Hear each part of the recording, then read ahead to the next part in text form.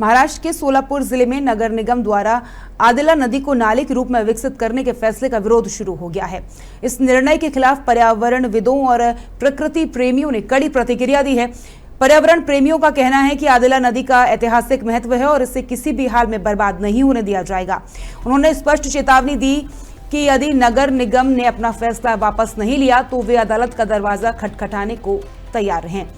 पर्यावरणविदों ने मांग की है कि वर्ष 2043 के विकास योजना के तहत सभी आवश्यक लाइसेंस और कानूनी प्रक्रियाओं का पालन किया जाए। उनका कहना है कि बिना पर्यावरणीय अनुमति के नदी को नाले में बदलना प्राकृतिक संसाधनों के साथ अन्याय होगा। प्रकृति प्रेमियों का आरोप है कि इस तरह के फैसले से क्षेत्र का पर्यावरण संतुलन बिगड़ेगा और आने वाली पीढ़ियों को इसका खामियाजा भुगतना पड़ेगा। फिलहाल इस मुद्दे को लेकर शहर में बहस तेज हो गई है और प्रशासन पर निर्णय पर पुनर्विचार करने का दबाव बढ़ता जा रहा है।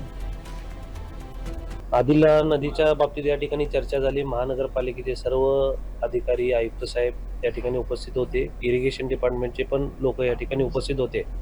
त्यांचं म्हणणं असं होतं की गेल्या 100 वर्षापासून हे पहिल्यांदा या ठिकाणी पूर आलं होतं। ते पूर आल्यानंतर 1912 साली त्या ठिकाणी नाला म्हणून टीपीच्या टाउन प्लॅनिंगमध्ये या ठिकाणी नाला म्हणून त्याचा त्या ठिकाणी उल्लेख आहे। पण इरिगेशन डिपार्टमेंटने या ठिकाणी एक ड्रॉइंग तयार करून या ठिकाणी सबमिशन करणार असं ते सांगत होते। सीना नदीचं ज्याप्रमाणे नदी हे असं कॅल्क्युलेट केले होते, पण आपण त्या ठिकाणी नदी नसून त्या ठिकाणी नाला आहे।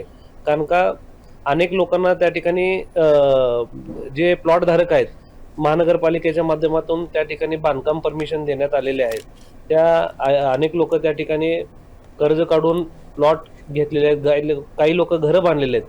त्यांचं या ठिकाणी नुकसान होऊ नये म्हणून त्या लोकांना देखील जे बाधित होणार लोक आहेत त्यांना देखील या ठिकाणी आम्ही आमंत्रित केलं होतं आणि त्यांची जी अडीअडचणी आहेत ते देखील या मीटिंगमध्ये त्यांनी मांडण्यात आले।